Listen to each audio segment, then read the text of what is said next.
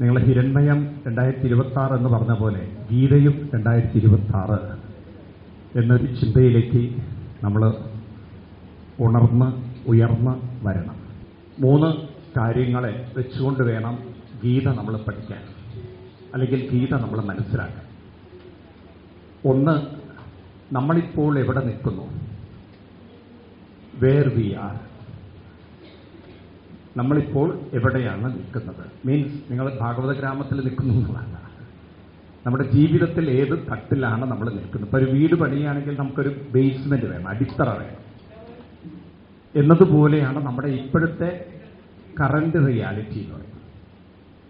രണ്ടാമത്തത്, നമ്മളിലുള്ള സാധ്യതകൾ എന്തൊക്കെയാണ്,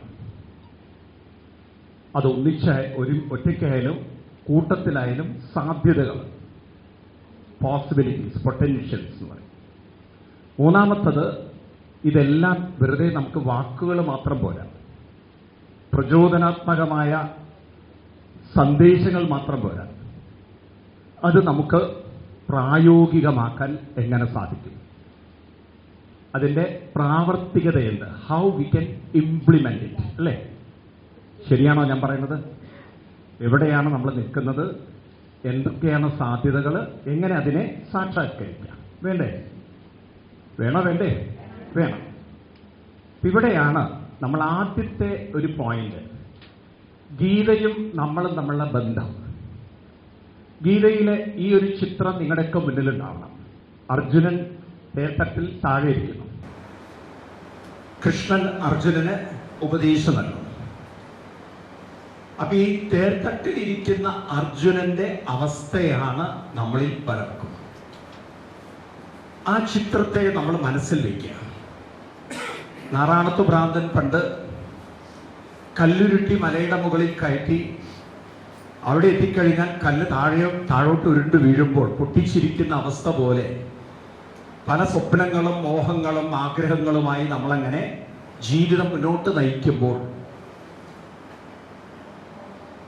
നാറാണത്ത് ഭ്രാന്തൻ പൊട്ടിച്ചിരിച്ചുവെങ്കിൽ നമ്മളിൽ പലരും പൊട്ടിക്കരയുന്നു. കാരണം നമ്മൾ വിചാരിച്ചതൊന്നും എത്താൻ പറ്റാത്തതിലുള്ള അമർഷങ്ങളോ വിഷമങ്ങളോ വേദനകളോ ദുഃഖങ്ങളോ നമ്മളെ വേട്ടയാടുമ്പോൾ അർജുന വിഷാദയോഗം ആകും. അർജുനൻ യുദ്ധക്കളത്തിൽ വരുന്നത് പ്രതീക്ഷയോടെയാണ്, പ്രത്യാശയോടെയാണ്, സ്വപ്നങ്ങളോടെയാണ്. പക്ഷെ അവിടെയൊന്നും എത്താൻ പറ്റുന്നില്ല എന്നുള്ള ഒരു തിരിച്ചറിവിൽ അർജുനൻ മാനസികമായി തളർന്ന് തേർത്തട്ടിൽ ഇരിക്കുമ്പോൾ അത് അർജുനന്റെ മാത്രം മാനസികാവസ്ഥയാണോ, നമ്മുടെയും കൂടിയാണോ? ഇന്ന് അങ്ങനെയുള്ള തേർത്തട്ടിലിരിക്കുന്ന അർജുനന്മാർ നമ്മളിൽ ഉണ്ടാവുമോ? ഇഡ്ലി സാമ്പാറല്ലേ കഴിച്ചതല്ലേ? ഉണ്ടാകുമോ? ഉണ്ടാകും. അപ്പൊ അർജുനൻ എന്ന് പറയുന്നത് ഒരു വ്യക്തിയല്ല, ഒരു പ്രതീകമാണ്, സിംബോളിക് എന്ന് പറയും ഇംഗ്ലീഷിൽ.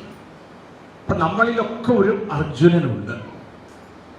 നമ്മുടെ പ്രതീക്ഷകൾക്കനുസരിച്ച് നമുക്ക് എത്തിച്ചേരാൻ പറ്റാത്തതിലുള്ള അമർഷങ്ങളും ദുഃഖങ്ങളും, അതിന് സാമൂഹ്യപരമായിട്ടുള്ള പല പ്രശ്നങ്ങളായിരിക്കാം, നമ്മളെ ഒറ്റപ്പെടുത്തലായിരിക്കാം, കുറ്റപ്പെടുത്തലായിരിക്കാം, പഴിയാറലായിരിക്കാം, പലതും ആയിരിക്കാം. പക്ഷെ എനിവേ നമ്മളിലൊക്കെ ഒരു തേർത്തട്ടിൽ ഇരിക്കുന്ന ഒരു ആരുണ്ട്? അർജുനനുണ്ട്.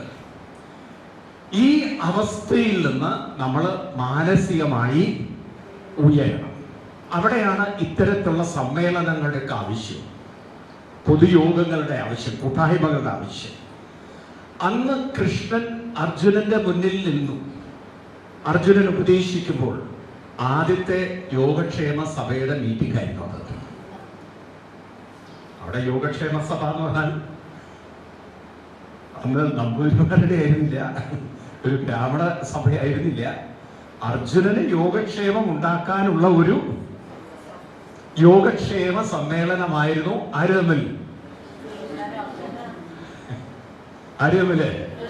കൃഷ്ണനും അർജുനനും തമ്മിൽ ആദ്യത്തെ യോഗക്ഷേമ സമ്മേളനം അതായിരുന്നില്ലേ? മനസ്സിലായോ നിങ്ങൾക്ക് അർത്ഥം മനസ്സിലായില്ലേ? അർജുനന് യോഗക്ഷേമം ഉണ്ടാക്കാൻ കൃഷ്ണനും അർജുനനും തമ്മിൽ നടന്ന ഒരു സംവാദത്തിന്റെ സമ്മേളനമായിരുന്നു ആദ്യത്തെ. അപ്പൊ യോഗക്ഷേമ സഭ ആദ്യം എവിടെയാ നടന്നത്? കുരുക്ഷേത്ര യുദ്ധഭൂമിയിലാണ്. ഇനി നിങ്ങൾക്ക് പറയാം എവിടെയാണെങ്കിലും. കുരുക്ഷേത്ര യുദ്ധഭൂമിയില് അവിടെ വെച്ചിട്ടാണ് ആദ്യത്തെ യോഗക്ഷേമ സഭ നടന്നത്. യോഗക്ഷേമം വഹാമ്യഹം, യോഗക്ഷേമം വഹാമ്യഹം. അപ്പൊ അർജുനൻ കൃഷ്ണന്റെ മുന്നിൽ നിൽക്കുമ്പോൾ, അർജുനൻ ഒരു രഥത്തിലാണ് ഇരിക്കുന്നത് അല്ലെ? ആ രഥം എന്ന് പറയുന്നത് നമ്മുടെ ശാരീരിക, മാനസിക, ഭൗതിക, ആത്മീയ വ്യക്തിത്വത്തിന്റെ പ്രതീകമാണ് ഇത് രഥം എന്നുള്ളത്. ആ രഥത്തെ കുറിച്ച് നിങ്ങൾ മനസ്സിലാക്കി കാണും.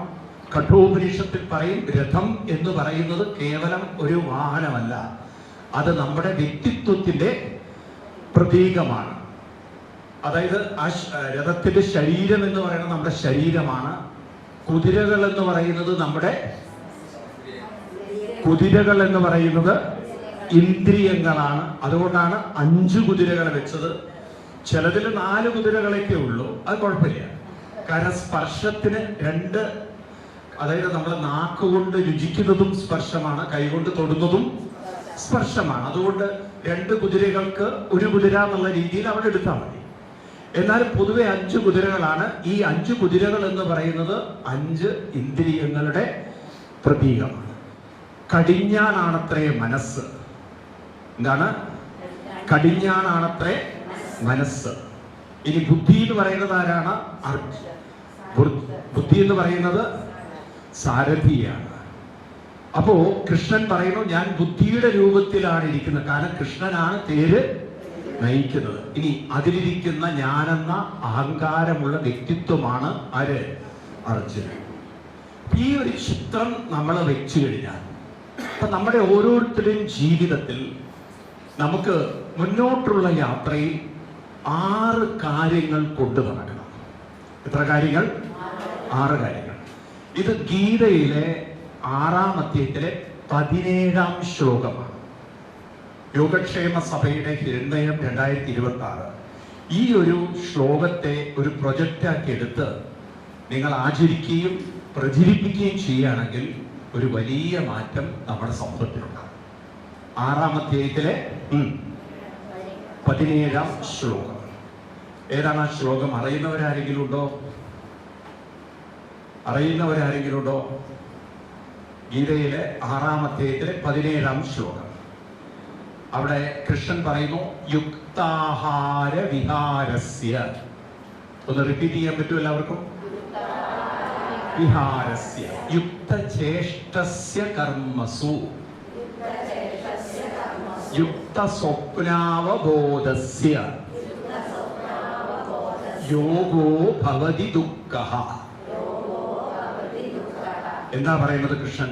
യുക്ത ആഹാരം, യുക്ത വിഹാരം, യുക്ത ചേഷ്ട, യുക്ത കർമ്മ, യുക്ത സ്വപ്ന, യുക്ത അവബോധ. അങ്ങനെ 6 കാര്യങ്ങൾ. എത്ര കാര്യങ്ങൾ?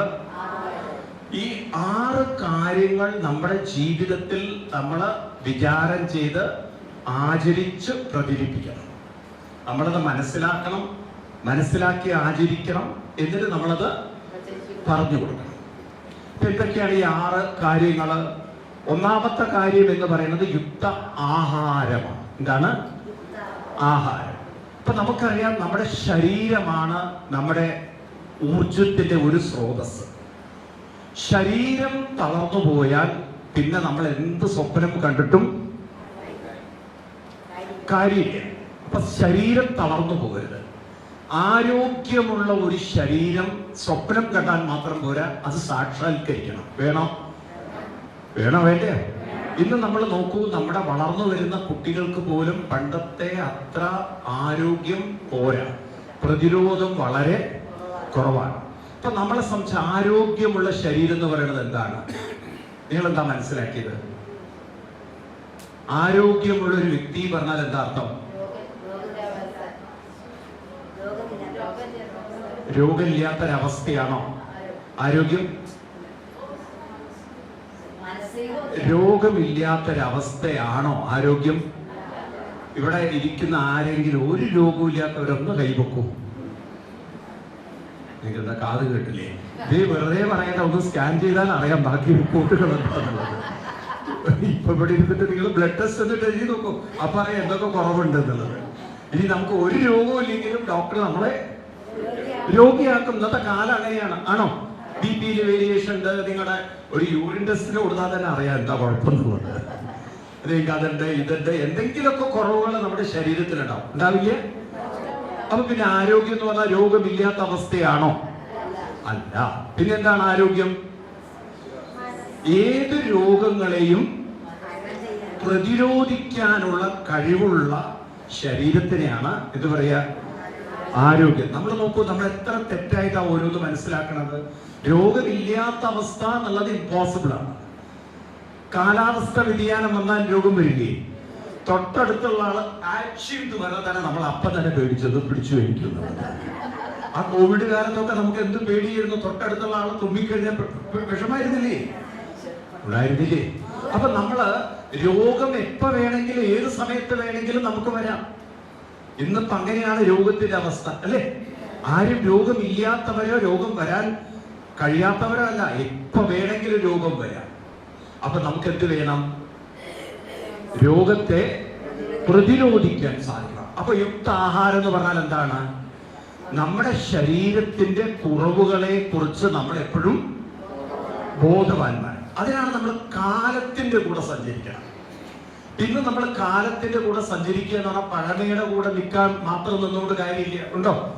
ഇന്നിപ്പോ നമുക്ക് ബ്ലഡ് ടെസ്റ്റുകളും മറ്റുള്ള ടെസ്റ്റുകളൊക്കെ ഉള്ള ഒരു കാലഘട്ടത്തിലാണ് നമ്മൾ ജീവിക്കുന്നത്. ആണോ? അപ്പൊ ഇടയ്ക്ക് അതൊക്കെ ഒന്ന് ചെയ്ത് നോക്കിയിട്ട് നമ്മുടെ ശരീരത്തിൽ എന്തിന്റെ എല്ലാം കുറവുണ്ടെന്ന് മനസ്സിലാക്കിക്കൊണ്ട് അതിനനുസരിച്ച് അതിനെ കോമ്പൻസേറ്റ് ചെയ്യുന്ന ഭക്ഷണ രീതികൾ നമ്മുടെ ജീവിതത്തിൽ വേണോ വേണ്ടയോ? വേണം. ഇന്ന് നമുക്കത് മാറി.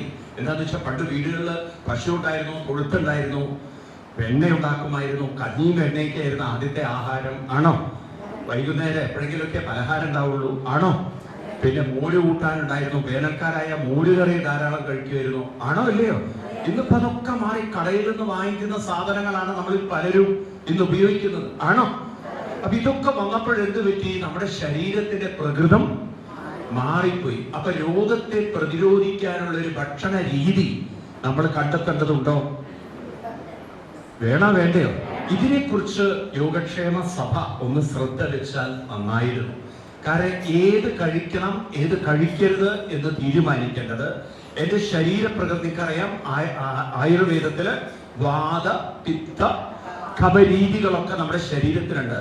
അപ്പൊ എന്റെ ശരീരത്തിന് ആരോഗ്യത്തിന് കഫപ്രകൃതിയാണ് കൂടുതലെങ്കിൽ കഫം വർദ്ധിപ്പിക്കുന്ന രീതിയിലുള്ള ഒരു ആഹാരവും ഞാൻ കഴിക്കരുത്.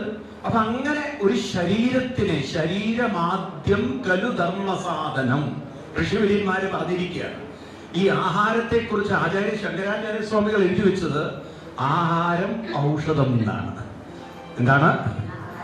ആഹാരം ആയിരിക്കണം നമ്മുടെ ഔഷധം. അപ്പം ഔഷധമാവണമെങ്കിൽ ഞാൻ നേരത്തെ തന്നെ അറിഞ്ഞിരിക്കണം എനിക്ക് എന്തിന്റെ എല്ലാം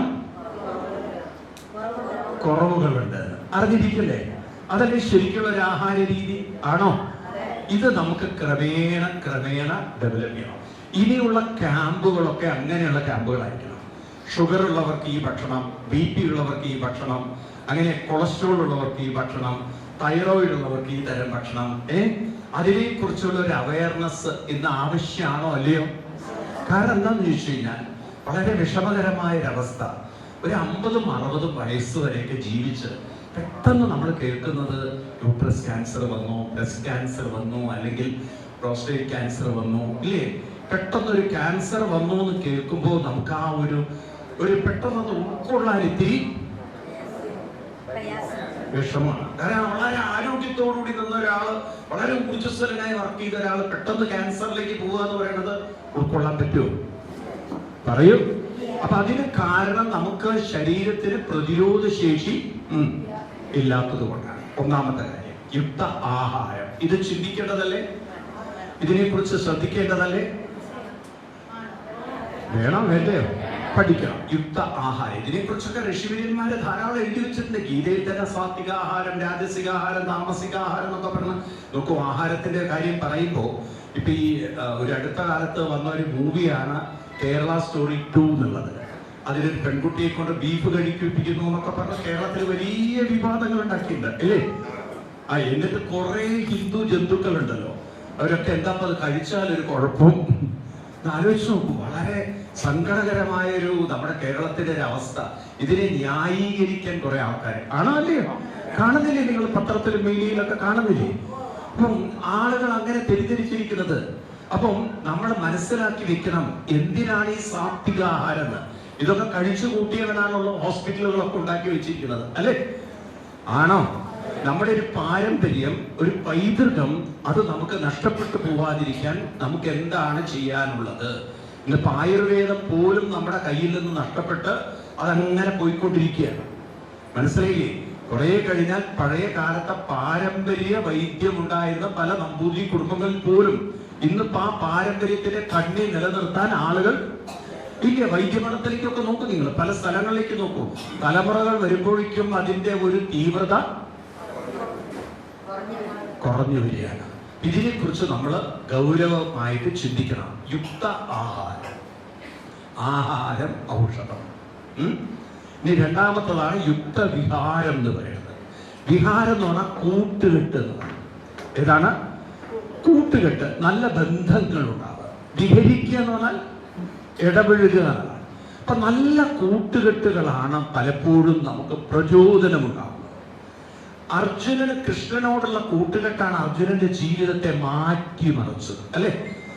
യോഗക്ഷേമം എന്നുള്ളത് കൊണ്ട് അർത്ഥമാക്കുന്നത്, നിങ്ങൾ ഹിരണ്മയം എന്നുള്ളത് കൊണ്ട് അർത്ഥമാക്കുന്നത് നല്ലൊരു സംഘം ഉണ്ടാവുക, നല്ലൊരു പ്രചോദനാത്മകമായ കൂട്ടുകെട്ടുകൾ ഉണ്ടാവുക. അതെന്താണ് ഈ പ്രചോദനാത്മകമായ കൂട്ടുകെട്ട് എന്ന് പറയുന്നത്?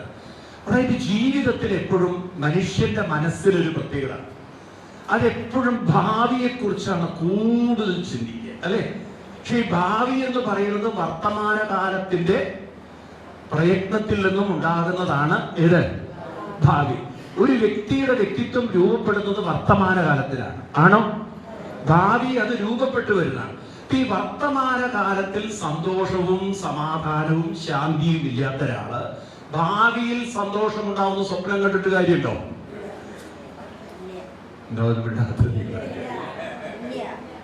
ഭാവിയിൽ എനിക്ക് സന്തോഷമുണ്ടാവും, ഭാവിയിൽ എനിക്ക് എന്റെ ജീവിതം സുന്ദരമാവും ആഗ്രഹിച്ചൊരു കാര്യമുണ്ടോ? ഇല്ല.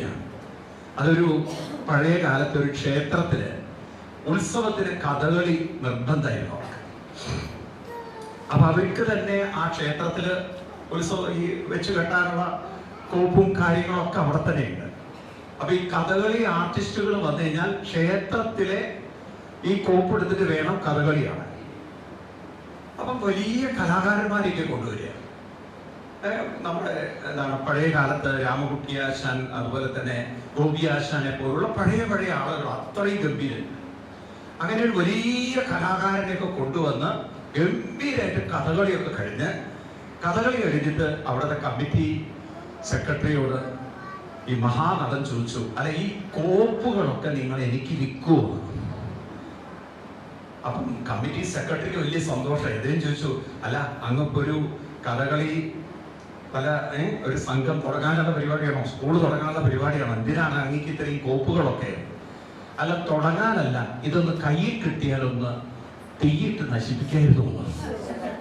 അയ്യോ, അതെന്താ അങ്ങനെ പറഞ്ഞത്? കാരണം ഇനി ആരും ഇട്ടിട്ട് ചൊറിയാൻ പാടില്ല. കാരണം ഇത് കുറെ കാലം എടുത്തു വെച്ച് പൊടി പിടിച്ച് പിന്നീട് ഇടുന്നവൻ എഴുതിട്ട് കഴിഞ്ഞാൽ വേർത്ത് കഴിഞ്ഞാൽ മൊത്തം ചൊറിയാനും പറ്റില്ല. കഥകളിയല്ലേ, ശരി കയറി ഇരുന്ന് ചൊറിയാൻ പറ്റുമോ? എന്ന് ആലോചിച്ചു അവരുടെ ഒരു അവസ്ഥ ഇല്ലേ? എന്ന് ആലോചിച്ചു. കഥകളി അഭിനയിക്കുന്ന ആളുകളുടെ കാര്യം ഉണ്ടല്ലോ, വലിയ അത്ഭുതം തന്നെയാണ്. ഇപ്പൊ നിങ്ങളുടെ മുഖത്ത് ഒരുപാട് പേസ്റ്റൊക്കെ തേച്ച് വേർത്ത് കഴിഞ്ഞാൽ ഒരു ചൊറിച്ചിൽ വരുമോ? ചൊറിച്ചിൽ വരുമോ? അത് ചൊറിയാതെ പിടിച്ചു നിൽക്കുക എന്നുള്ള വലിയ കാര്യം തന്നെയാണത് ഇല്ലേ? അവർക്ക് ചൊറിയാൻ പറ്റുമോ? അവിടെ ഇവിടെയൊക്കെ കൂടെ. പിന്നെ നല്ല ചൂടത്തുമായിരിക്കും അവര് കളിക്കുന്നത്.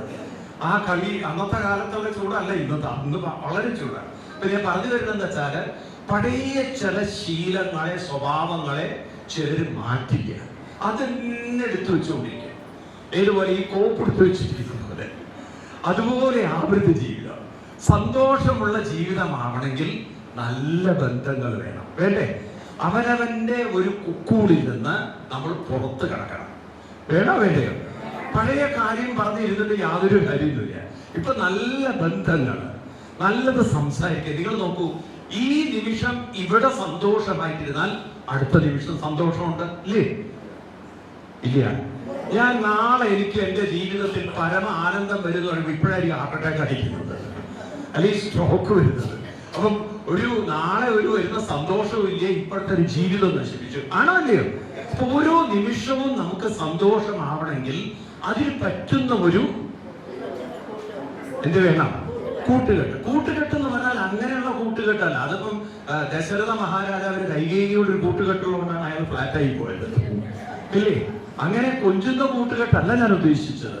നമുക്ക് വേണ്ടുന്ന കൂട്ടുകെട്ട് എന്ന് പറഞ്ഞാൽ ശ്രീകൃഷ്ണനും അർജുനൻ തമ്മിലുള്ള കൂട്ടുകെട്ട് പോലെ. ചീത്ത വിളിക്കേണ്ടത് ചീത്ത പറയണം. അർജുനനെ കൃഷ്ണൻ എന്തൊക്കെ ചീത്തയാണ് വിളിക്കുന്നത്? ക്ലൈഭ്യം മാസ്മകമപ്പാർത്ഥ നൈതത്വയുപപദ്ധ്യത എന്ന് പറയുന്നത്. അതായത് അർജുന, ക്ലിബന്റെ ഭാവമാണ് നിനക്ക്, എന്ന് വെച്ചാൽ ആണും പെണ്ണും കെട്ട പോലെ നീ പ്രവർത്തിക്കരുതെന്ന്. അപ്പൊ എന്ന് പറയാനെന്താ കാരണം? അർജുനന്റെ ആ ഒരു പെരുമാറ്റം കൃഷ്ണനൊട്ടും ഇഷ്ടപ്പെട്ടില്ല. അതുകൊണ്ടാണ് അങ്ങനെ ചീത്ത വിളിച്ചത്. ഇടയ്ക്കിടയ്ക്ക് ഇങ്ങനെ കൃഷ്ണൻ ചീത്ത വിളിക്കുന്ന കാര്യങ്ങളൊക്കെ നമുക്ക് കാണാം. ഈ കാര്യം നമ്മൾ ഓർക്കണം. നമുക്ക് ചില പ്രചോദനം തരുന്ന, നമ്മളെ ഉണർത്തുന്ന നല്ല കൂട്ടുകെട്ടുകൾ എപ്പോഴും നമ്മുടെ കൂടെ ഉണ്ടാകണം. അപ്പൊ ഇവിടെ ക്യാമ്പിൽ വന്ന് തിരിച്ചു പോകുമ്പോൾ നല്ല കുറെ ആളുകളുടെ ചിത്രം നിങ്ങളുടെ മനസ്സിലുണ്ടാവണം. കുറെ ആളുകളുമായിട്ട് ഇടയ്ക്കിങ്ങനെ വർത്തമാനം പറഞ്ഞ് ഒരു കാര്യം എനിക്ക് പറയാനുള്ളത്, പണവുമല്ല വീടുമല്ല ഒന്നുമല്ല നമ്മുടെ ജീവിതത്തിലെ ഏറ്റവും വലിയ മധുരമായ ജീവിതം ഇപ്പോൾ ഈ നിമിഷം അനുഭവിക്കുന്ന സന്തോഷമാണ്. ആണോ അല്ലയോ? അടുത്ത നിമിഷം എന്താന്ന് പോലും നമുക്ക് ആർക്കും അറിയില്ല. അപ്പൊ ആ ഒരു നിമിഷം നമ്മൾ അങ്ങനെ നല്ല രീതിയിൽ കഴിഞ്ഞു പോയാൽ സമയം പോകുന്നത് അറിയില്ല. നോക്കൂ, ഞാൻ ചോദിക്കട്ടെ, ഒരു നല്ല മിടുക്കിയുള്ള പെൺകുട്ടി, അവൾ പാടുന്നു, കഥ പറയുന്നു, പലതും അങ്ങനെ കൊച്ചുകുട്ടി, ഒരു 3 വയസ്സ് 4 വയസ്സുള്ള ഒരു കുട്ടി വെച്ചോളൂ, അതിന്റെ കൂടെ ഇരിക്കുമ്പോ നിങ്ങൾക്ക് എന്താ തോന്നുക? ഒരു കുട്ടിയെ പോലെ തോന്നുന്നു. മാത്രമല്ല സമയം അതങ്ങനെ വർത്തമാനം പറഞ്ഞുകൊണ്ടിരിക്കുക. ഇടയ്ക്ക് പാടുന്നുണ്ട്, ഇടയ്ക്ക് കഥ പറയുന്നുണ്ട്, വളരെ ആക്റ്റീവാണ്. ആ കുട്ടിയുടെ കൂടെ ഇടപഴകുമ്പോൾ സമയം കടന്നു പോകുന്നത് അറിയില്ല. എന്നാൽ ഒരു 10-90 വയസ്സായിട്ടുള്ള ഒരാൾ ഇങ്ങനെ പ്രാഗി കുറ്റവും പറഞ്ഞ് അവരെയും കുറ്റം പറഞ്ഞ് ഇവരെയും കുറ്റം പറഞ്ഞ ഒരു 10 മിനിറ്റ് അവരെടുത്തിരിക്കുമ്പോ നിങ്ങൾ എന്താ പറയാ? ഇപ്പൊ വരട്ടോ മുത്തശ്ശി, ഞാനിപ്പൊ പറയുമല്ലോ, എനിക്ക് അത്യാവശ്യമായിട്ട് സ്ഥലം വരെ പോകാനുണ്ട് മുത്തശ്ശി, ഞാനിപ്പോ പോയിട്ട് വരാം പറയുമല്ലോ. അതെന്താ അങ്ങനെ പറഞ്ഞത്? കാരണം നിങ്ങൾക്ക് നിങ്ങളുടെ ഉള്ളിലുള്ള ശക്തി പോലും ചോർന്നു പോകുന്ന പോലെ തോന്നുന്നു. ആണോ അല്ലയോ? അവര് നിങ്ങളെ കൂടി ഊറ്റി വലിക്കുന്ന പോലെ തോന്നുന്നു, ഇത്തിൽ കണ്ണി പോലെ തോന്നുന്നു. നമ്മൾ ഒരിക്കലും ഇത്തിൽ കണ്ണികളാവരുത്. ആരാ വരുക? ഇത്തിൽ കണ്ണികളാണ്. നമ്മളെ ഈ കയ്പ വളർത്തുമ്പോൾ അല്ലെങ്കിൽ പടവല വളർത്തുമ്പോൾ അതിനൊരു കമ്പ് വെച്ചു കൊടുക്കും, ഉണ്ടോ ഇല്ലയോ? അപ്പൊ മറ്റുള്ളവർക്ക് പോലും ഒരു പ്രചോദനമാകുന്ന ഒരു വ്യക്തിയായി ഞാൻ മാറണം. തീരുമാനിക്കാൻ പറ്റുമോ? നിങ്ങൾ കേട്ടതേ ഇല്ല. എന്താ കേട്ടത്? മറ്റുള്ളവർക്ക് കൂടി പ്രചോദനം. ഈ രാഹുൽ ഗാന്ധിയെ കുറിച്ച് നിങ്ങൾ എത്രത്തോളം മനസ്സിലാക്കിയിട്ടില്ല. രാഹുൽ ഗാന്ധി എന്ന് പറയുന്ന ഒരു പ്രത്യേക ക്യാരക്ടറാണ്. നമ്മുടെ കേരളത്തിലെ ശശി തരൂരിനെ കുറിച്ച് അറിയാലോ അല്ലെ? ഒരിക്കലും ഈ ശശി തരൂരും രാഹുൽ ഗാന്ധിയും തമ്മിലൊരു തമാശയുണ്ടായി. ധാരാളം ഉണ്ട്. അത് ഒന്ന് ഞാൻ പറഞ്ഞിട്ടുള്ളത്, ഒരിക്കലും ശശി തരൂര് രാഹുൽ ഗാന്ധിയെ കാണാൻ പോകണം. അപ്പൊ രാഹുൽ ഗാന്ധിയെ കണ്ട് രാഹുൽ ഗാന്ധിയോട് പറഞ്ഞു, പാർലമെന്റിൽ അങ്ങനെ പറയുന്നത് ശരിയല്ല, ഈ രീതി പറയുന്നത് ശരിയല്ല, ചില ഉപദേശങ്ങളൊക്കെ കൊടുത്തപ്പോ രാഹുൽ ഗാന്ധി പെട്ടെന്ന് ചൂടായി. നിങ്ങൾ എന്നെ പാർലമെന്റ് ലോസ് പഠിപ്പിക്കരുത്, നിയമങ്ങൾ പഠിപ്പിക്കരുത്, നടപടിക്രമങ്ങൾ പഠിക്കരുത്, എനിക്ക് 5 തലമുറയുടെ രക്തം എന്റെ ഉള്ളിലുണ്ട്. എത്ര എന്റെ അപ്പൂപ്പനാരായിരുന്നു, മുത്തശ്ശനാരായിരുന്നു, മുത്തശ്ശിയാരായിരുന്നു, നിങ്ങൾ എന്നെ പഠിപ്പിക്കരുത് എന്നൊക്കെ പറഞ്ഞ ഇയാളുടെ നേരെ രംഗട്ട് കയറി. അപ്പം ശശി തരൂര് പറഞ്ഞു, ഞാൻ അങ്ങനെ പഠിപ്പിക്കാനല്ല വന്നത്, ചിലത് അസാധ്യമാണെന്ന് എനിക്ക് നല്ലോണം അറിയാം, എന്നാലൊന്ന് നോക്കിയതാണ്. അത് മനസ്സിലാവണമെങ്കിൽ ബുദ്ധി വേണം. ചിലതൊക്കെ ഇത്തിരി അസാധ്യമാണെന്നുള്ളത് എനിക്ക് നല്ലോണം അറിയാം, എന്നാലൊന്ന് പരിശ്രമിച്ചു നോക്കിയതാണ്. ഇതുപോലെ നമ്മളൊന്ന് പറയണം. എന്ത് മനസ്സിലായില്ലേ? ചില സ്വഭാവങ്ങൾ മാറ്റി ഇത്തിരി ബുദ്ധിമുട്ടാണ്, എന്നാലും ഒന്ന് പരിശ്രമിച്ചു നോക്കുക. നോക്കി മാറ്റിയെടുക്കാൻ പറ്റിയല്ലോ. ഇത് നമ്മുടെ ഉള്ളിൽ ഉറപ്പിക്കണം. എനിക്ക് ഈ ശശി തരൂരിന്റെ ഡയലോഗ് വളരെ ഇഷ്ടപ്പെട്ടു. കാരണം ചിലത് അസാധ്യമാണ്, പക്ഷെ നമുക്കൊന്ന് പരിശ്രമിച്ചു നോക്കാനോ. ഇപ്പൊ നിങ്ങൾക്ക് നടപടിക്രമങ്ങളൊക്കെ നിങ്ങൾക്ക് അറിയിരിക്കാം, പക്ഷെ എന്നാലും ഒന്ന് ഞാൻ എന്റെ ഭാഗത്തുനിന്നൊന്ന് പരിശോധിച്ചു നോക്കുക. വേണോ വേണ്ടയോ? ഇത് നമുക്ക് പ്രയോജനമാണ്. എന്താ അറിയോ, നമ്മുടെ ചില സ്വഭാവങ്ങൾ ഇതുപോലെ രാഹുൽ ഗാന്ധിയെ പോലെ എന്റെ അപ്പൂപ്പനാരായിരുന്നു എന്നറിയോ. ഇനി അതൊന്നും പറഞ്ഞിട്ട് യാതൊരു കാര്യമില്ല. ഇപ്പോഴത്തെ യാഥാർത്ഥ്യം എന്താണെന്നുള്ളത് മനസ്സിലാക്കി ജീവിക്കുക ആണോ അല്ലയോ? ഈ കാര്യങ്ങൾ നമ്മൾ എപ്പോഴും നമ്മളോട് പറയണം. ഈ നമ്മുടെ ചുറ്റുപാടുകള് ഇതൊക്കെ പലതും നമുക്ക് ഇഷ്ടപ്പെടുന്നതാവില്ല. മനസ്സിലായില്ലേ? ഇപ്പൊ നിങ്ങളൊക്കെ ഇപ്പോഴത്തെ പെൺകുട്ടികൾ എത്ര ഭാഗ്യവാന്മാരാണ് നോക്കൂ. പണ്ടൊക്കെ എങ്ങനെയായിരുന്നു കല്യാണം? കാരണവന്മാര് പിടിച്ചു കൊടുക്കുകയായിരുന്നു പണ്ട്. ആണോ? പണ്ടത്തെ കല്യാണം എങ്ങനെയായിരുന്നോ? പണ്ടിങ്ങനെയായിരുന്നോ വേദികളൊക്കെ നടന്നത്? എങ്ങനെയായിരുന്നു?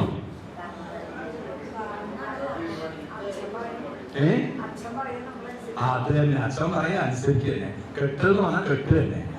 അത് പോത്താണോ മനുഷ്യനാണോ ആർക്കും അറിയില്ല. അല്ലെ അങ്ങനെയല്ലേ? എന്നാ ഇന്ന് പെൺകുട്ടികൾ എത്ര ചോയ്സ് ഉള്ളവരാണ്. ആണോ? അവര് വെളുപ്പാണോ കറുപ്പാണോ നോക്കും, നീളമുണ്ടോ നീളല്ലേ നോക്കും, എന്തൊക്കെ നോക്കിക്കൊണ്ടാണ് ഇന്ന് കല്യാണം നടത്തുന്നത്. എന്നാൽ അന്നുള്ളവരുടെ ഒരു 5% സന്തോഷമൊന്നും ഇന്നത്തെ തലമുറയ്ക്ക് ഇല്ല എന്നത് പരമസത്യവുമാണ്. അല്ലെ?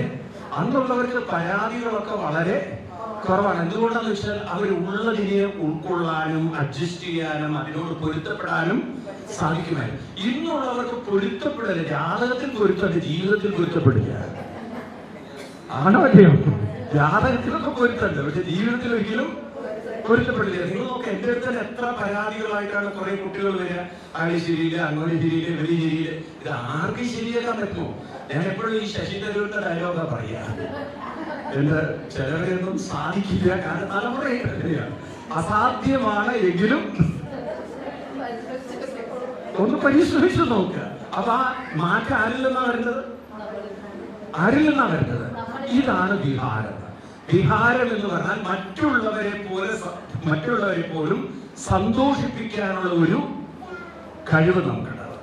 ഇപ്പോൾ തന്നെ ഈ ലേറ്റസ്റ്റ് പിറന്നാളുകളൊക്കെ നോക്കിക്കഴിഞ്ഞാൽ ഇപ്പൊ നമുക്ക് ഇംഗ്ലീഷ് സ്റ്റൈലല്ലേ പിറന്നാളുകളൊക്കെ. കേക്ക് കട്ട് ചെയ്യുക ഇന്നത്തെ തലമുറ, ഞാൻ പറയുന്നത് പഴയ ആളുകളല്ല.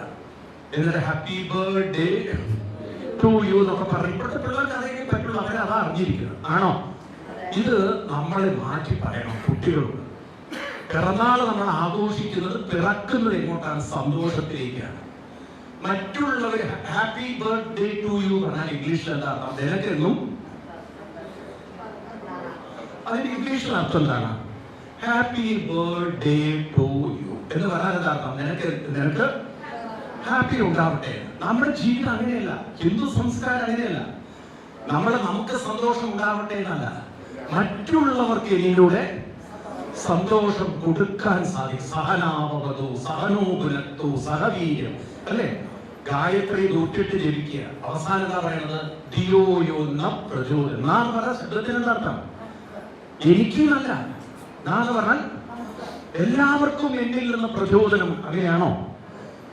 അങ്ങനെയാണോ? അന്തരീക്ഷം ശാന്തി, ശാന്തി, ആപശാന്തി എന്ന് പറഞ്ഞാൽ എനിക്ക് ശാന്തി എന്നല്ല പറഞ്ഞത്.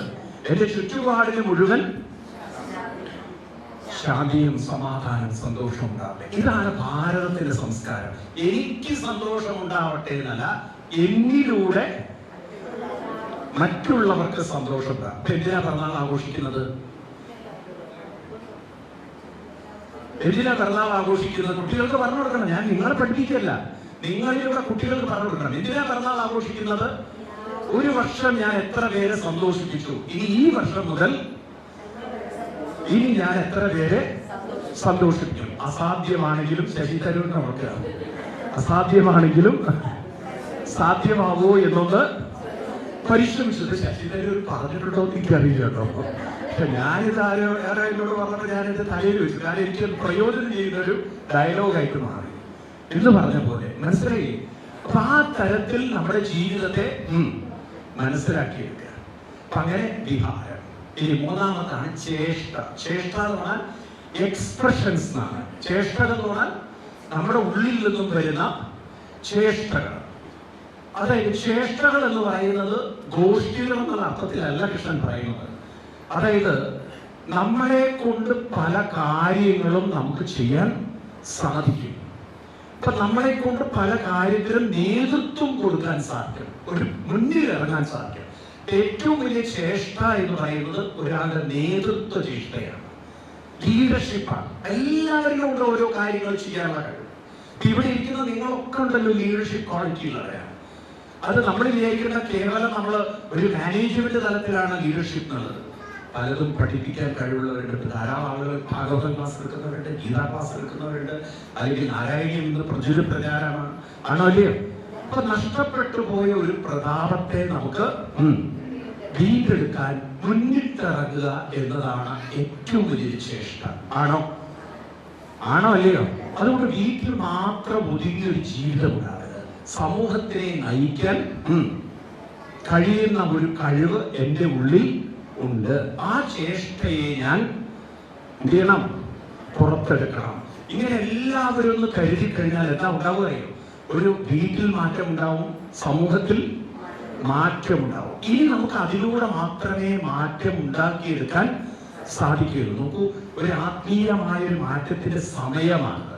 കാരണം ഇനിയുള്ള കാലമൊക്കെ ക്ഷേത്രങ്ങളിൽ പൂജ ചെയ്യുന്ന തലമുറകൾ വളരെ ആകെ 2 കുട്ടികളെ ഉള്ളൂ. അതിൽ ആൺകുട്ടികൾ ഒരിക്കലും ഇനി പൂജയ്ക്കൊന്നും പോകുന്ന ആളുകളായി മാറില്ല. കാലം കൊണ്ട് ഇതെല്ലാം മാറുമോ? സത്യം പറയില്ലേ? മാറുമോ അതോ ഇതുപോലൊക്കെ നിലനിൽക്കുമോ? മാറും. അത് മാറിയേ പറ്റുള്ളൂ. കാരണം അത് സമൂഹത്തിന് പണ്ടൊക്കെ വീടുകളിൽ 5 6 മക്കളൊക്കെ ഉണ്ടായിരുന്നു. ഇനിയിപ്പോ അതൊരിക്കലും സാധ്യത. ഇനിയിപ്പോ 2 പ്രസവിക്കുക ഇന്നത്തെ പിള്ളേർക്ക് പറ്റുകയില്ല. അത് ഇന്നത്തെ പെൺപിള്ളേരെ പ്രസവിക്കാൻ കഴിയില്ലാത്ത പെൺപിള്ളേരാണ്. ഇന്നിപ്പോ സത്യം പറഞ്ഞാൽ കല്യാണം കഴിഞ്ഞിട്ട് സ്വന്തം വീട്ടിലെ ഭർത്താവിന്റെ മക്കളാണോ പ്രസവിക്കുന്നത് തന്നെ സംശയത്തില്ല. പറഞ്ഞ മനസ്സിലായില്ല എന്താ പറഞ്ഞത്? കാര്യം ഇപ്പൊ മറ്റേ ടെസ്റ്റുകളാണ് പ്രസവിപ്പിക്കുന്നത്. ആണോ അല്ലയോ? ബീജം കുത്തിവെച്ച് പ്രസവിപ്പിക്കുന്ന കാലമാണത്. IVF എന്നൊക്കെ കേട്ടില്ലേ നിങ്ങള്? ഇല്ല. അപ്പൊ ഭർത്താവിന്റെ ബീജം തന്നെയാണ് കുത്തിവെക്കുന്നത്. ആർക്കറിയാം? പിന്നെ DNA ടെസ്റ്റ് ഒക്കെ ചെയ്ത് നോക്കില്ല. അപ്പൊ അതുകൊണ്ട് കാലം മാറിയപ്പോൾ നമ്മൾ ഇനി ഏത് രൂപത്തിൽ വേണം മുന്നോട്ട് വരാൻ? ഒരു ആത്മീയമായ കാര്യത്തിലൂടെ നമ്മൾ മുന്നോട്ട് വരണം. അപ്പൊ ചേഷ്ട എന്ന് പറഞ്ഞു കഴിഞ്ഞാൽ മുന്നോട്ട് വരാനുള്ള കഴിവിനെയാണ് ചേഷ്ട. അതായത് ഗോഷ്ഠി എന്നുള്ള അർത്ഥത്തില്ല, ഒരു ലീഡർഷിപ്പ് ക്വാളിറ്റി നമ്മളിലൊക്കെ ഉണ്ടാവണം. ഞാനൊന്ന് മുന്നിട്ട് ഇറങ്ങി പ്രവർത്തിക്കണം. മുന്നിലേക്ക് ഇറങ്ങി വന്നാലേ എനിക്ക് ഏത് കാര്യത്തിലും മാറ്റങ്ങൾ ഉണ്ടാക്കാൻ സാധിക്കുള്ളൂ. ഇത് പ്രയാസമുള്ള ഒരു കാര്യമില്ല. നോക്കൂ, നമ്മുടെ ഈ കേരളത്തിലൊക്കെ ഉണ്ടല്ലോ വളരെ ഒരു ഇക്കാര്യത്തിൽ നോക്കിക്കഴിഞ്ഞാൽ അടുത്ത കാലത്ത് ഈ നാരായണീയ പ്രചാരത്തിലൂടെ സ്ത്രീകൾ മുന്നോട്ട് വന്നത് വലിയൊരു അത്ഭുതം തന്നെയാണ്. ആണോ? അതിന് സ്ത്രീത്വം ക്രെഡിറ്റ് അമ്മമാർക്കാണ് കൊടുക്കേണ്ടത്. ആണോ? എത്രയെത്ര നാരായണീയ സമിതികളാണ് ഈ കാര്യത്തിൽ. എനിക്ക് ഓർമ്മയുണ്ട്, ഞാൻ ബോംബെയിലായിരുന്നേ. അപ്പൊ അവിടെ ഒരു ആദ്യം തുടങ്ങി വെച്ച ഒരു ചന്ദ്രശേഖര ശർമ്മ എന്നുള്ളൊരാളായിരുന്നു. അപ്പൊ അദ്ദേഹം ഒരു 4 പേരെ നാരായണീയം പഠിപ്പിച്ചു. പിന്നെ അവിടെ നിന്നാണ് അത് അങ്ങോട്ട് ഒരു ബോംബെ സ്റ്റൈലുള്ള ഒരു നാരായണീയ പ്രചാരമായിട്ട് മാറി. അതിൽ വലിയ പങ്കുവഹിച്ചത് മാമിമാരാണ്. ഒരുപാട് ആളുകളെ നാരായണീയം പഠിച്ചു. ആണോ അല്ലേ? പിന്നെ തന്നെ പ്രചാരത്തിലായി. ഇപ്പൊ പിന്നെ എല്ലാവരും നാരായണീയ ഒരു സംസ്കാരത്തിലേക്ക് വന്നിട്ടുണ്ടെങ്കിൽ അത് സ്ത്രീകളിലുള്ള ഒരു നേതൃത്വ ശക്തി തന്നെയാണ്. അവര് സംസ്കൃതം അറിയില്ലെങ്കിൽ എങ്ങനെങ്കിലും കടിച്ചാ പൊട്ടാത്തതെല്ലാം പഠിച്ചെടുത്ത് കഷ്ടപ്പെട്ട് നേരത്തെ പറഞ്ഞ പോലെ ശശി തരൂര് ഇത്തിരി ബുദ്ധിമുട്ടാണെങ്കിലും ഒന്ന് പ്രയത്നിച്ചത് നോക്കാന്നുള്ള കാര്യത്തില് മനസ്സിലായില്ലേ? ഒരിക്കലും ഇങ്ങനെ EK നായനാർ മുഖ്യമന്ത്രി ആയപ്പോഴേ അദ്ദേഹം കാസർഗോഡ് ഒരു പ്രോഗ്രാമിൽ പോയി. അപ്പൊ കാസർഗോഡ് അദ്ദേഹം ചെന്നപ്പോ ഇദ്ദേഹത്തിന് ഈ പൈങ്ങ എന്ന് പറയില്ലേ, കൗങ്ങിന്റെ ഇതുകൊണ്ടൊരു മാല ഉണ്ടാക്കിയിട്ട് അവർ കഴുത്തിലിട്ടു. അപ്പൊ EK നായനാർ ഇതൊരു അപൂർവമാണല്ലോ ഇങ്ങനെ.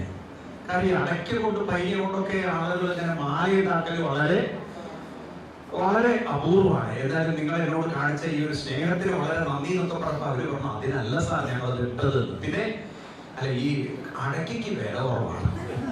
അപ്പൊ അങ്ങേക്ക് ഇതൊന്ന് ഓർമ്മപ്പെടുത്തുകയാണ്, ഞങ്ങൾക്ക് ഇതിന്റെ വിലയൊന്ന് കൂട്ടിത്തരണം. അങ്ങേക്ക് അറിയാലോ ഈ പ്രദേശം മുഴുവൻ കാസർഗോഡ് ചില ഏരിയ മുഴുവൻ കവുങ്ങ് കൃഷിയാണ്. അദ്ദേഹം പറഞ്ഞു, ഭാഗ്യം നിങ്ങൾ മീൻ കൃഷി ചെയ്യാൻ ഇതായതുകൊണ്ട് ഇന്നലെ എന്ത് പറഞ്ഞ പോലെ ഈ കേരളത്തിനെ കുറിച്ച് പറയുന്ന ഒരു തമാശയാണ്. എന്ന് പറഞ്ഞ പോലെയാണ് നമ്മുടെ ഓരോരുത്തരുടെയും ജീവിതത്തിൽ നമുക്കുള്ള കഴിവിനെ നമ്മള് കുറവിനെ നോക്കരുത്. എന്ത് നോക്കണം? കഴിവിനെ നോക്കണം. ആ കുറവ് പോലും നമുക്കൊരു കഴിവാക്കി മാറ്റാം. എപ്പോഴും ഓർക്കണം, നിങ്ങൾ നല്ല കാര്യത്തിൽ ഇറങ്ങുമ്പോൾ ഉള്ളിൽ ചില പൈകൾ ഉണ്ടാവും, പക്ഷെ മാലയാക്കാൻ എനിക്ക് സാധിക്കുന്നത് ഉള്ളിലുള്ള കുറവുകളെ ഒരു പൈനയായി കണ്ട് ഞാനതിനെ ഒരു മാലയാക്കി ചാർത്തിയിട്ടുണ്ടാവും എന്ന് പറയുമ്പോൾ ഒരു കുറവുകളല്ല. അതാണ് ജീവിതം എന്ന് പറഞ്ഞാൽ രസമാണ്, അല്ലേ?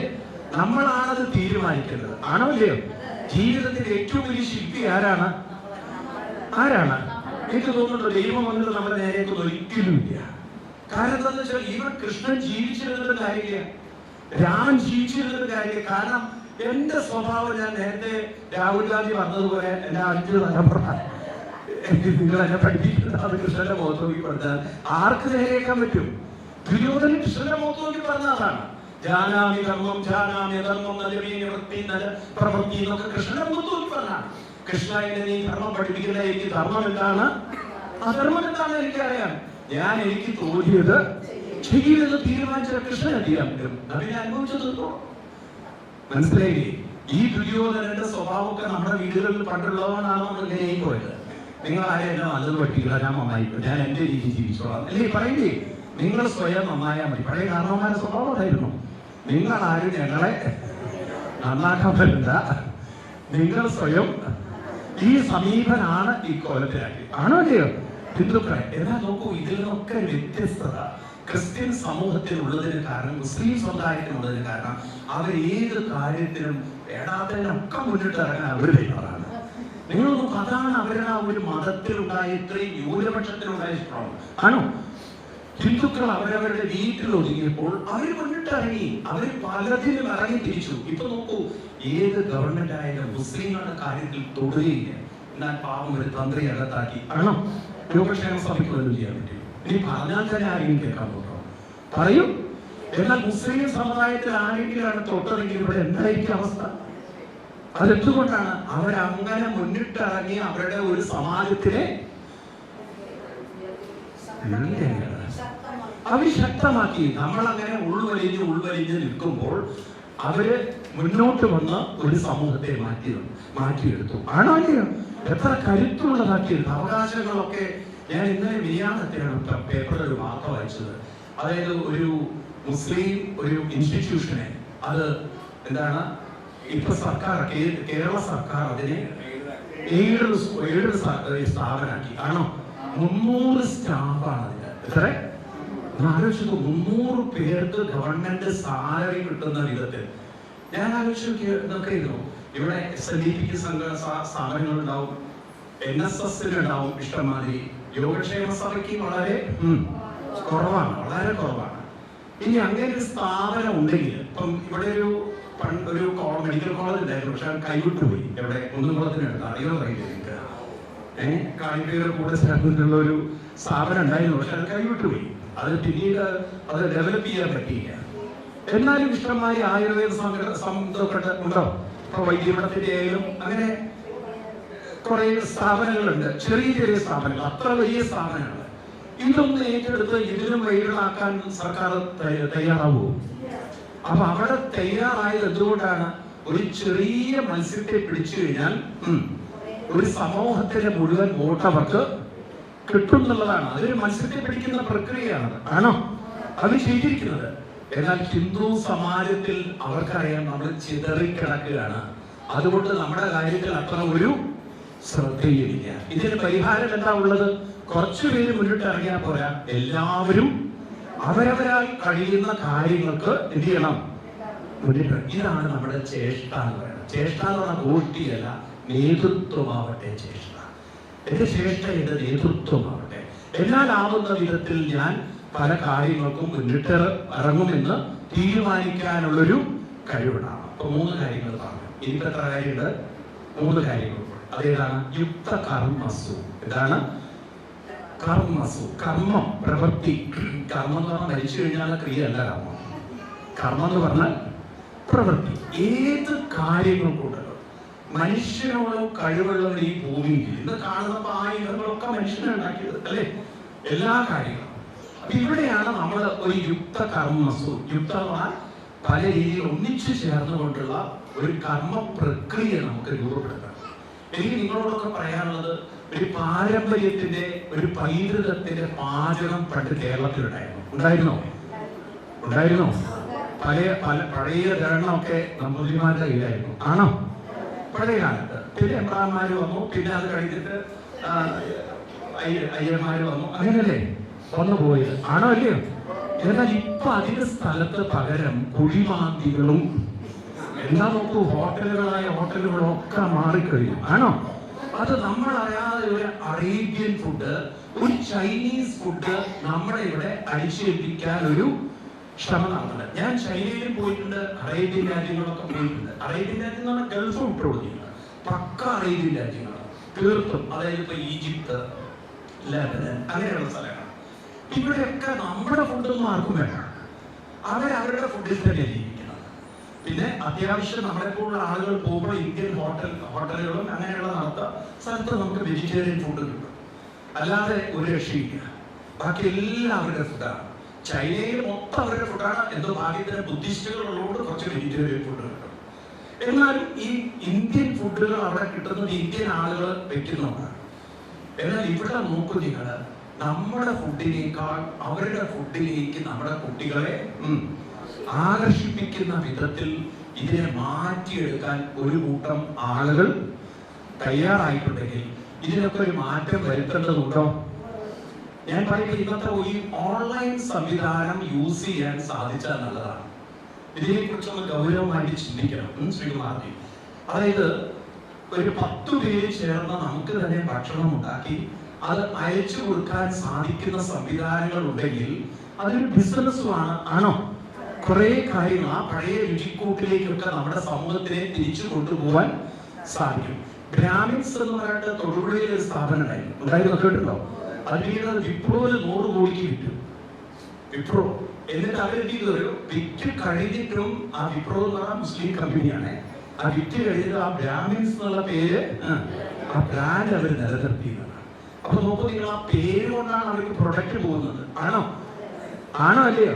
ഇതിലേക്കൊക്കെ ഒരു ശ്രദ്ധ വെക്കേണ്ട ഒരു സമയമാണ്. കാരണം നമ്മുടെ കുട്ടികൾക്ക്, ഞാൻ എന്തിനാ പറയുന്നത് വെച്ച് കഴിഞ്ഞാൽ, വളർന്നു വരുന്ന കുട്ടികൾക്ക് ഇവിടെ തൊഴിലില്ലാതെ പോകുന്നു. അവർ തൊഴിൽ അന്വേഷിക്കുന്നവരാവരുത്, തൊഴിൽ ഇവിടെ ഉണ്ടാക്കിയെടുക്കാൻ നമുക്ക് സാധിക്കണം. വേണോ? എന്താ മിണ്ടാത്തത് നിങ്ങൾ? അതിനെ കുറിച്ചൊന്ന് ഗൗരവമായിട്ട് ചിന്തിക്കണം. മനസ്സിലായില്ലേ? ഞാനിത് ബാംഗ്ലൂരിൽ ഇരിക്കുന്ന സമയത്ത് അവിടെ ഒരു സർദാർജിയാണ്, അദ്ദേഹത്തിന്റെ കയ്യിലൊരു എക്യുപ്മെന്റ് ഉണ്ട്. അപ്പൊ അതില് സാമ്പാറോ അവിയലോ എന്ത് വേണ്ടിട്ട് കഴിഞ്ഞാൽ അതിൽ വെള്ളം മുഴുവൻ ഡ്രൈ ചെയ്തിട്ട് അത് കംപ്ലീറ്റ് ഡ്രൈ ആക്കിയിട്ട് അവിടെ അത് എക്സ്പോർട്ട് ചെയ്യും പല രാജ്യങ്ങളിലേക്ക്. പല വീട്ടുകാർ അത് ഉപയോഗിക്കുന്നുണ്ട്, അവരുടെ മക്കൾ ജർമ്മനിയിലോ അമേരിക്കയിലൊക്കെ. ഞാൻ ഈ കുട്ടികളോടൊക്കെ സംസാരിച്ചിട്ടുണ്ട്. ഞാൻ അവിടെ ബാംഗ്ലൂർ താമസിക്കുമ്പോൾ ഞാൻ ചെക്ക് ചെയ്യാറ് ഈ കാര്യങ്ങൾ. അതായത് ഓരോ വീട്ടുകാർ അയച്ചത് പറയുമ്പോൾ ആ വീട്ടിലെ പെൺകുട്ടി ജർമ്മനിയിലായിരിക്കും, കഴിഞ്ഞ ദിവസം UK യിലുള്ള കുട്ടികൾ സംസാരിച്ചത്. അപ്പൊ അവരൊക്കെ പറയുന്നത് അതിൽ ചുടുവെള്ളമൊക്കെ ഒഴിച്ച് ഒന്ന് ലൂസാക്കി കഴിഞ്ഞാൽ പഴയ ആ രുചിയിൽ തന്നെ അവർക്കത് കഴിക്കാൻ സാധിക്കുന്നു. ഈ സാധ്യതകൾ ഉപയോഗിച്ച് കഴിഞ്ഞാൽ എന്തുകൊണ്ട് ഒരു ഇന്റർനാഷണൽ ലെവലിൽ നമുക്കും അതുപോലൊരു ഫുഡിന്റെ ഒരു ഇൻഡസ്ട്രി നടത്തിക്കൂടാ?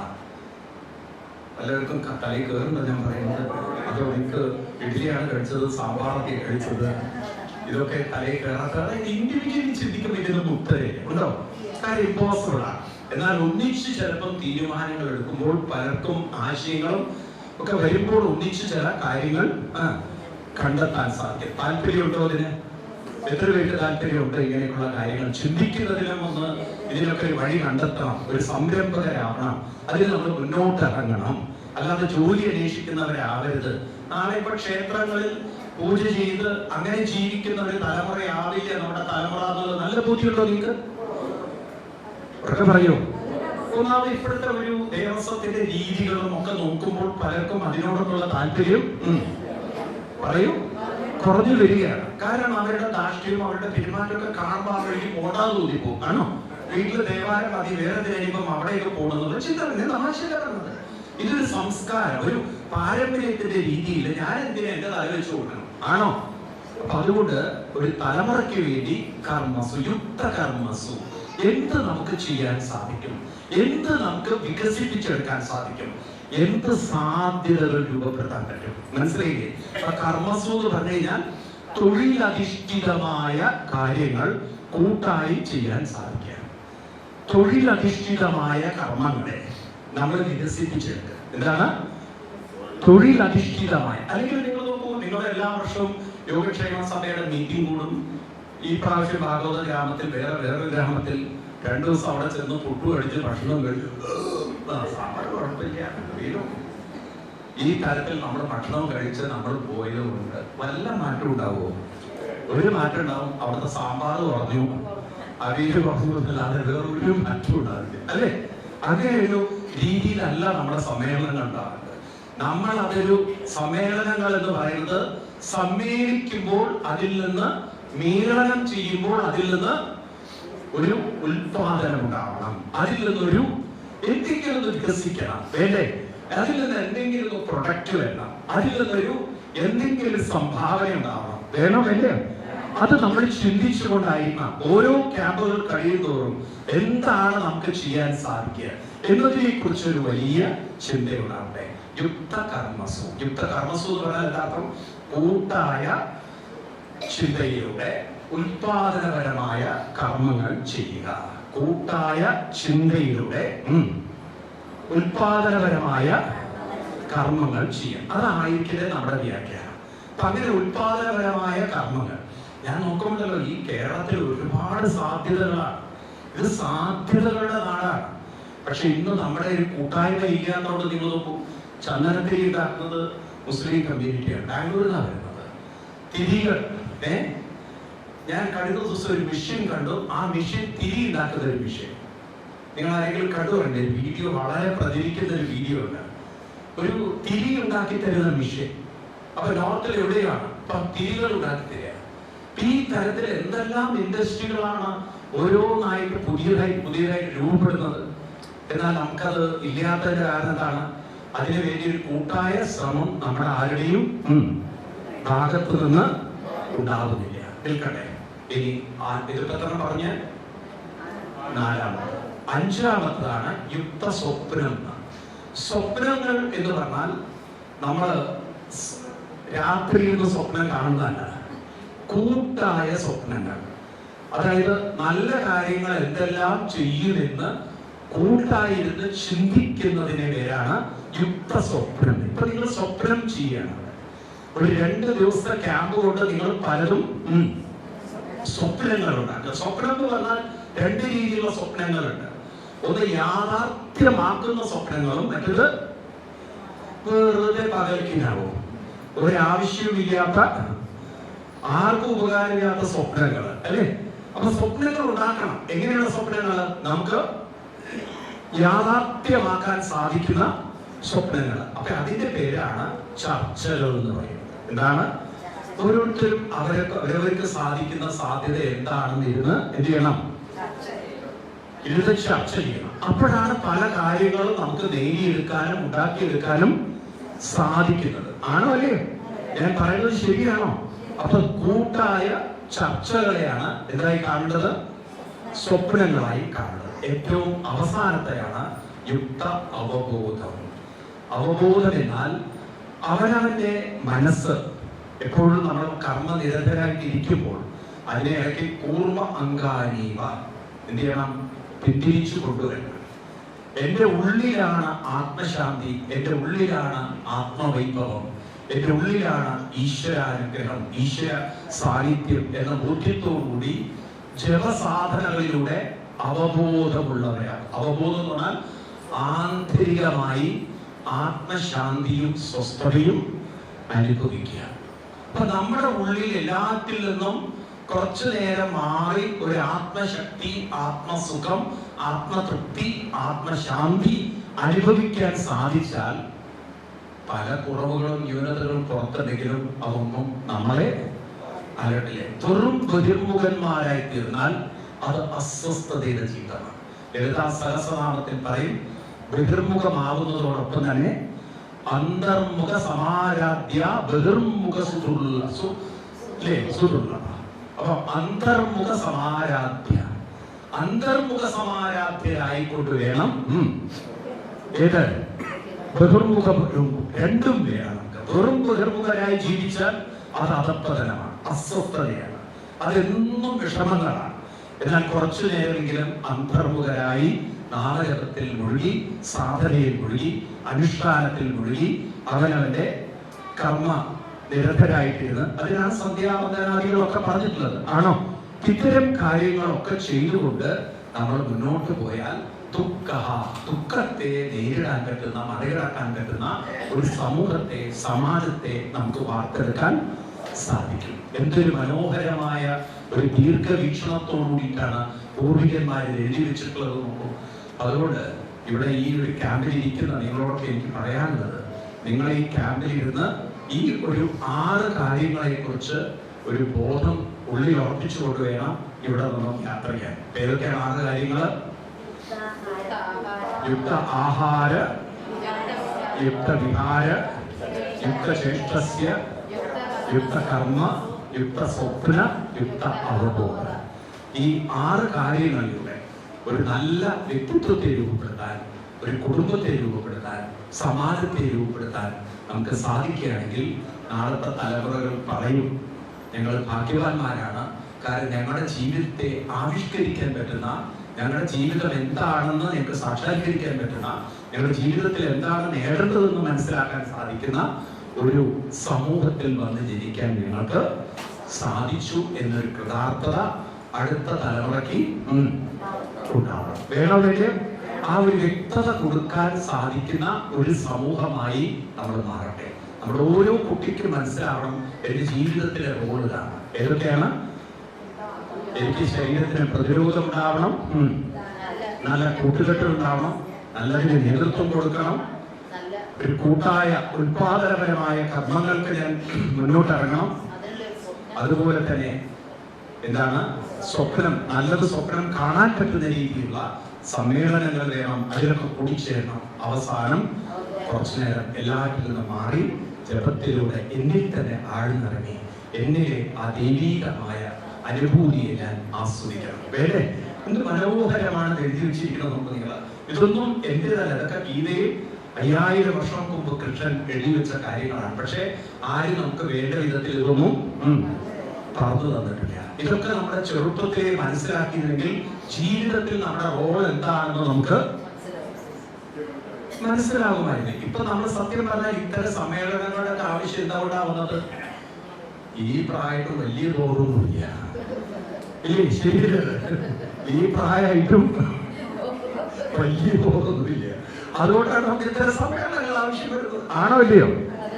ഈ സമ്മേളനങ്ങൾ ആവശ്യം ഉണ്ടാവരുത് ആർക്ക്? അടുത്ത തലമുറകൾക്ക്. അവര് തന്നെ ഒരു സമ്മേളനമായിത്തീരണം. ഈ സമ്മേളനം ചെയ്താലും ഇപ്പോഴും നമ്മളിപ്പോ എന്താ പറഞ്ഞുകൊണ്ടിരിക്കുന്നത്? LKG UKG ക്ലാസ്സിലെ കുട്ടികളൊക്കെ പറഞ്ഞു കൊടുക്കുന്ന പറയണം, ഒന്നിച്ചു നിൽക്കണം, ഒരുമിച്ച് നിൽക്കണം, ഒന്നിച്ചു പാടണം, ഒന്നിച്ച് ഓടണം. ഈ ഒരുമ തന്നെയാ പറയാനുള്ളത്. എന്തിനൊക്കെ ആവർത്തിച്ച് ഒരുമ പറയേണ്ടി വരുന്നത്? ഒരുമയില്ല, എരുമയില്ല, ഒരുമയില്ല, എരുമയില്ല, എരുമയില്ല. പിന്നെ ആകെ എങ്ങനെ അങ്ങോട്ട് വെള്ളത്തിലുള്ള മീനെ പോലെ നമ്മളങ്ങനെ ഒരു ഒഴുക്കിൽ ഒഴുകി പോകും. ആണോ അല്ലയോ? ഇതിൽ മാറ്റം ഉണ്ടാവണം. അപ്പോ ഇവിടെ മുതൽ നമുക്കൊരു ചിന്തയിൽ ഒരു വ്യക്തതയുണ്ടാകണം. അപ്പൊ ഈ 6 കാര്യങ്ങൾ, ആറുമുഖൻ എന്ന് പറഞ്ഞ പോലെ പടി 6 കടന്ന് അവിടെ ചെല്ലുമ്പോൾ ശിവനെ കാണാം, ശിവനെ കാണും എന്ന് പറഞ്ഞ പോലെ ഈ 6 കാര്യങ്ങൾ നിങ്ങളുടെ മനസ്സിൽ ഇരിക്കട്ടെ എന്ന് മാത്രം പറഞ്ഞുകൊണ്ട് എനിക്കും ഇതിന്റെ ഒരു ഭാഗമാവാൻ സാധിച്ചതിന് രാജ്യത്തിന് ഒരു പരമ്പരകളും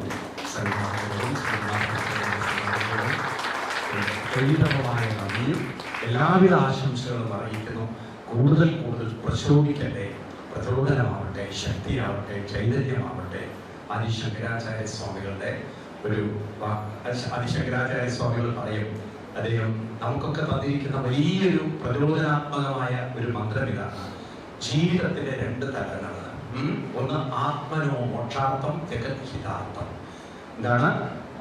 ആത്മനോ മോക്ഷാർത്ഥം ജഗദ്ഹിതാർത്ഥം ഇത്യവ നമ്മുടെ ജീവിതം. ഇത് തന്നെയാണ് നമ്മുടെ ജീവിതം. അതാണ് ആദിശങ്കരാചാര്യ സ്വാമികൾ നമുക്ക് തന്നിരിക്കുന്ന പ്രചോദനം. ആ ഒരു പ്രചോദനം എന്നും നിങ്ങളുടെ കൂടെ ഉണ്ടാവട്ടെ എന്ന് മാത്രം ആശംസിച്ചുകൊണ്ട് അത് ഗീതയ്ക്ക് ഭാഷ്യം ജപിക്കുമ്പോഴാണ് ആചാര്യസ്വാമികൾ പറഞ്ഞത് ആത്മനോ മോക്ഷാർത്ഥം ജഗത് ഹിതാർത്ഥം. മോക്ഷാർത്ഥം അവനവനെ മോക്ഷത്തിലേക്ക് ഉയർത്തുക. ഇതായിരിക്കണം നമ്മുടെ ലക്ഷ്യം.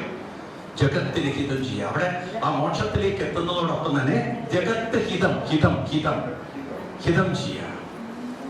ജഗത്തിന് ഹിതം ചെയ്യുക. എത്ര മനോഹരമാണ് ഈ കാഴ്ചപ്പാട്. നോക്ക് നിങ്ങൾ, എത്ര ഗംഭീരമാണ്. Energy can neither be created nor be destroyed. അത് തന്നെയാണ് നമ്മുടെ ഈ ആത്മാവ് എന്നുള്ള സങ്കല്പം. നമസ്കാരം. ഇത്തിരി ഡീപ് സബ്ജക്റ്റാണ്. അത് മനസ്സിലാക്കാൻ നല്ല ബുദ്ധി വേണം. ഉദാഹരണത്തിന് ശ്രദ്ധിക്കുക, എല്ലാവരും കൈയടിക്കൂ. ഈ ശബ്ദങ്ങളൊക്കെ വ്യത്യസ്തമാണ് അല്ലേ? ഓരോരുത്തരുടെ കയ്യിൽ നിന്ന് വരുന്ന ആ കൈയുടെ ശക്തിയും അവര് കൊട്ടുന്ന രീതി അനുസരിച്ച് ശബ്ദത്തിന് വ്യത്യസ്തമാണ്. പക്ഷെ അതിനുള്ള എനർജിയോ, അതിനുള്ള ഒരു ശബ്ദ എനർജി ഉണ്ടല്ലോ, ഊർജമുണ്ടല്ലോ. ആ ഊർജം ഉള്ളതുകൊണ്ടാണ് അടിക്കുന്നത്.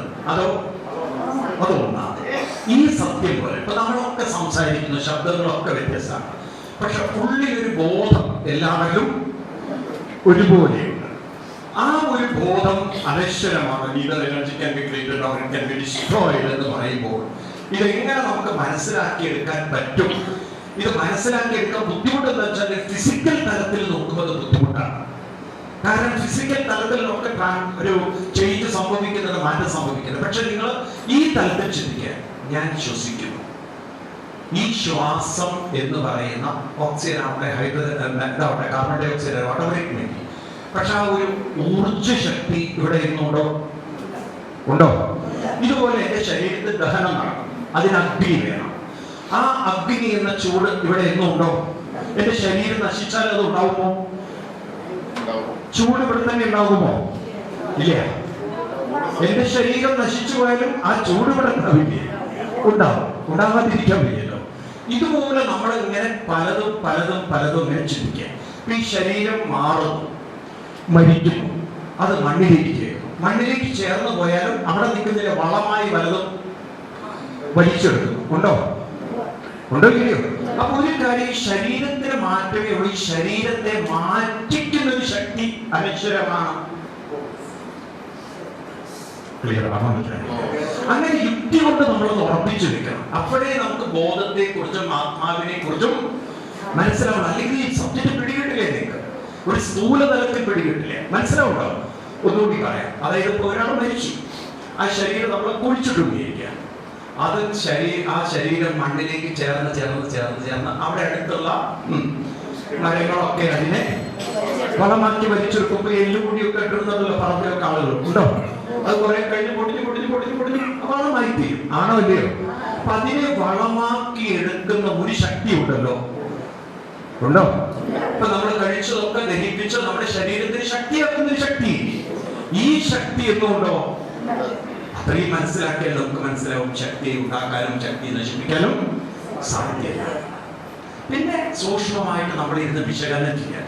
ഞാൻ ചെറുപ്പം മുതൽ എന്തൊക്കെ ചിന്തിച്ചു, പക്ഷെ അതിനൊക്കെ എനിക്ക് പ്രേരണ തന്ന, പ്രചോദനം തന്ന ആ ബോധം അന്നും ഇന്നും ഒരുപോലെയുണ്ട്. ഒരു മാറ്റവും ഉണ്ടായിട്ടില്ലെങ്കിൽ അതിനെ ഇനി മരിച്ചു കഴിഞ്ഞാലും അതൊരു നമുക്കത് പറഞ്ഞു ബോധ്യപ്പെടുത്താൻ പറ്റില്ല. കാരണം നിങ്ങൾക്കത് കൺവിൻസ് ചെയ്തെടുക്കാൻ വളരെ പ്രയാസകരമായ കാര്യമാണ്. ആ സബ്ജക്റ്റ് വളരെ ഡീപ്പാണ്. അതുകൊണ്ടാണ് ആദി ശങ്കരാചാര്യ സ്വാമികൾ നോക്കൂ, ഇത്ര വ്യക്തതയുള്ള ആ മഹാത്മാവിന് പോലും 50, 60, 70 പുസ്തകങ്ങൾ എഴുതേണ്ടി വന്നത്.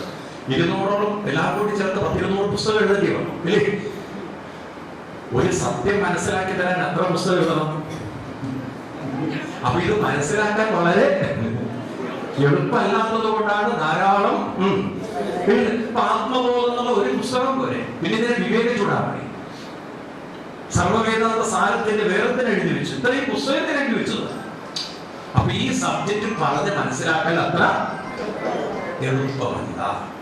അതുകൊണ്ട് ഒരു വാക്കോട്ട് പറഞ്ഞു തീർക്കാൻ സാധ്യത. നമുക്ക് ഇത്രയും മതി.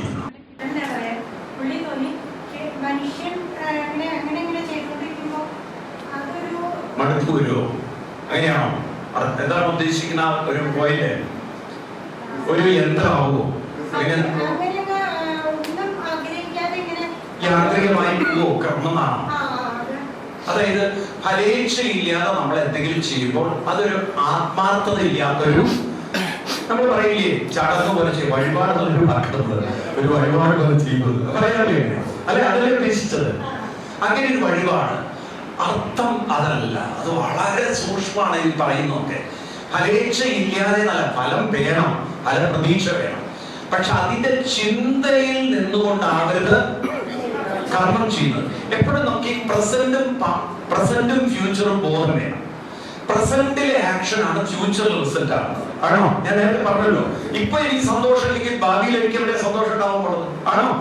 അപ്പൊ ഇപ്പോൾ ഞാൻ കർമ്മം ചെയ്യുമ്പോൾ ഞാൻ ഇത് നന്നാവോ, ഇത് ജയിക്കൂ, അല്ലെങ്കിൽ ഇത് രക്ഷപ്പെടൂ, ഇത് ഈ തരത്തിൽ ഉത്കണ്ഠകളും ആവലാദികളും വേവലാദികളും അലവലാദികളും ഉണ്ടെങ്കിൽ എവിടെ നന്നാവും കൊടുത്ത്. അപ്പം അനാവശ്യമായ ഭാവിയെ കുറിച്ചുള്ള ഉത്കണ്ഠ ഒഴിവാക്കിക്കൊണ്ട് നമുക്ക് വേണം ഫലം കിട്ടാൻ വേണ്ടിയിട്ടല്ലേ കർമ്മം ചെയ്യുന്നത്. ഇപ്പൊ നമുക്ക് യോഗക്ഷേമ സഭ ഇവിടെ 2 ദിവസം ക്യാമ്പ് നടന്നതിന്റെ ഒരു ഉദ്ദേശിച്ചല്ലേ, നിങ്ങൾ ആരും നന്നാവരുത്, അതുപോലെ തന്നെ വേണം. ഒട്ടും മരുന്ന് നമ്മൾ ഉപ്പുമാണിയോ, അതിന് ഉപ്പ് പിടിക്കും, അതിനാണോ ഈ ക്യാമ്പ് നടത്തുന്നത്? നമുക്കൊരു മാറ്റം ഉണ്ടാവണം, നമ്മളിൽ പുതിയ ചിന്തകൾ വരണം, അല്ലേ? അപ്പൊ ഒരു ഫലേച്ഛയുണ്ട്, ആണോ അല്ലയോ? പക്ഷെ ആ ഫലേച്ഛ വെച്ചുകൊണ്ട് ഇതൊക്കെ സംഭവിക്കുമോ എന്നുകൊണ്ട് ഉത്കണ്ഠപ്പെടുന്ന കാര്യം. അപ്പൊ അത് സാക്ഷാത്കരിക്കണമെങ്കിൽ എന്ത് വേണം? കർമ്മം ചെയ്യുമ്പോൾ ആത്മാർത്ഥത വേണം, അർപ്പണം വേണം. ആത്മാർത്ഥതയോടെ, അർപ്പണത്തോടെ, അലിവോടെ, ആസ്വാദനത്തോടെ കർമ്മം ചെയ്യുമ്പോൾ വിചാരിച്ചതിലധികം ഫലം കിട്ടും.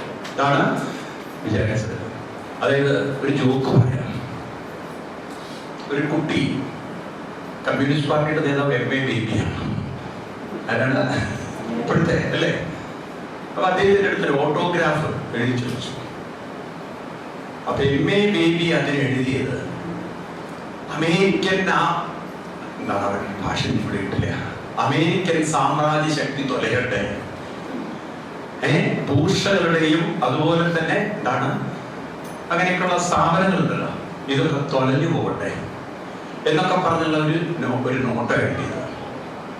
അതായത് അമേരിക്കൻ സാമ്രാജ്യ ശക്തി പോലുള്ള ഭൂഷകൾക്കുള്ള രാജ്യങ്ങളൊന്നും